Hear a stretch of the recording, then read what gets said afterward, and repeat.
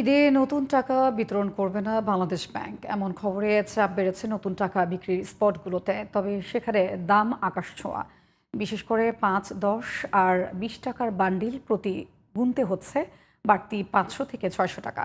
বিক্রেতারা বলছেন বাড়তি দামে সংগ্রহের কারণে বেশি দামে বিক্রি করতে হচ্ছে তাদের। আর্থিক ক্ষতি বিবেচনায় ঈদের আগে ছাপানো টাকা বাংলাদেশ ব্যাংকের কাছে বিতরণের দাবি বিক্রেতা ও গ্রাহকদের। মাহি হাসানের রিপোর্ট।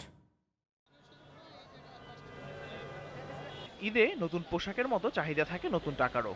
এবারই রীতি ভেঙে নতুন টাকা বিতরণ না করার সিদ্ধান্ত নিয়েছে বাংলাদেশ ব্যাংক। ব্যাংকের ভল্টে থাকা নতুন নোট বিতরণ করা হচ্ছে না এবার। বাংলাদেশ ব্যাংকের এমন সিদ্ধান্তে চাপ বেড়েছে নতুন টাকা বিক্রির স্পটগুলোতে। প্রতি বান্ডেল নতুন টাকায় গুনতে হচ্ছে বাড়তি ১.৫ গুণ টাকা।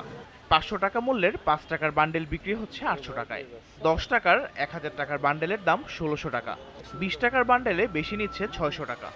এমন বাড়তি দামের কারণে টাকা না নিয়েই ফিরে যাচ্ছেন অনেক ক্রেতা। ৫০ টাকা ২০ টাকা বেশি নেই, এটা ঠিক আছে, কিন্তু এত টাকা আসলে কি উচিত? ঈদের সময় পোলাপান দিব আর কি বাড়িতে যাইয়া। দুই বান্ডিলের আমার 700 টাকা রাখছে টোটাল। তুলনামূলক এরকম দাম হয় না, নর্মালিও নিয়েছি এরকম দাম হয় না, বাট আজকে অনেক বেশি দাম চাচ্ছে। অনেক বাড়তি টাকা। ৮০০ টাকা রাখছে ২০ টাকা লোটে বান্ডিলে।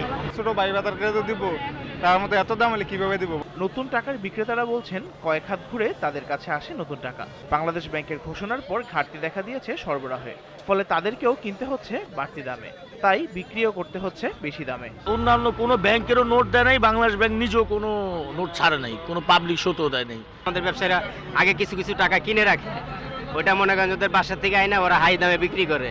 তাদের কাছ থেকে কিনে বিনিময়ে আমরা মনে করেন প্যাকেটে ১০-২০ ব্যবসা করি। যে নোট আছে এই নোট বা বাংলাদেশ ব্যাংক কি কারণে দেয় না এটা আমরা তো বলতে পারি না।